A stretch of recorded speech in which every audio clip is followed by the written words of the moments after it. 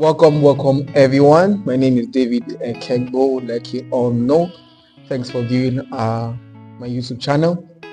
And of course, if you've been following and you've been inspired in one way or the other, please let us know in the comment section.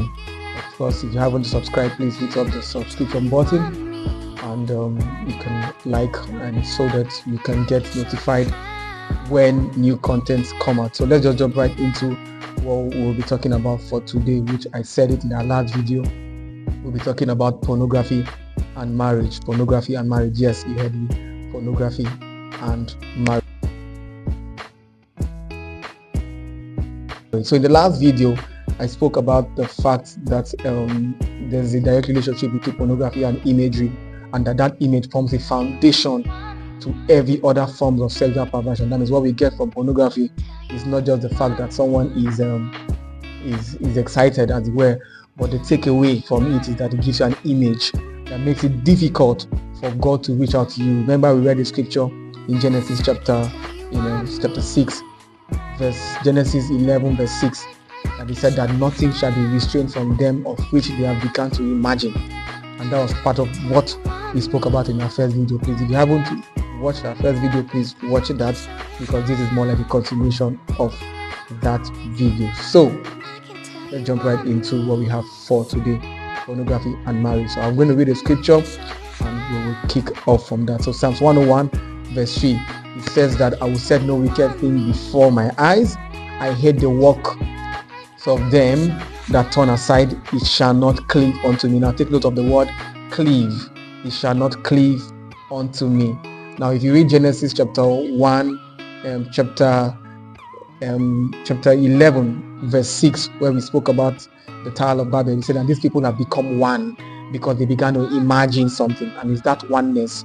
And of course, it's striking how that the same Genesis, chapter 2 verse 24, where Adam saw Eve and he said, this is the bone of my bone, this is the flesh of my flesh, and he said that for this reason, a man shall leave his father and mother and be joined to his wife, and they two shall become one. In fact, he said, and they shall cleave to his wife, and they two shall become one. And it's the same word that was used when David was talking about it in Psalms 101. He shall not cleave unto me, because I set no evil thing or wicked thing before my eyes. So pornography in marriage is almost as if you are trying to set up a marital relationship. So what you should be having with a fellow human being, you're now having with a pornographic content. It has the ability to cleave onto you. It has the ability to become one with who you are. So you can imagine when you are becoming one with sexual perversion, it means that automatically your marriage will be affected. The marriages of others will be affected. The homes of others will be affected. Meaning that what pornography projects into the society, of course, we know that almost 85 or 98% of the contents of sexual perversion, or this pornography content, as it were, projects violence. Of course, it projects violence, and you cannot become one with someone that you're violent, with another. So it breaks down the fabric of the family system. It breaks down marriage. It literally breaks down marriage. So, like I said, it shall not cleave unto me. It's oneness, and it's a takeaway. And like I always say in our last video, that sex is cheap, but you cannot afford it. It might be a click away, but there are many takeaways. Maybe you can just say that with me. Say sex is cheap. Okay, I didn't hear that. Say sex is cheap, but you cannot afford it. Or let's say, put it this way now: sex is cheap, but I cannot afford it.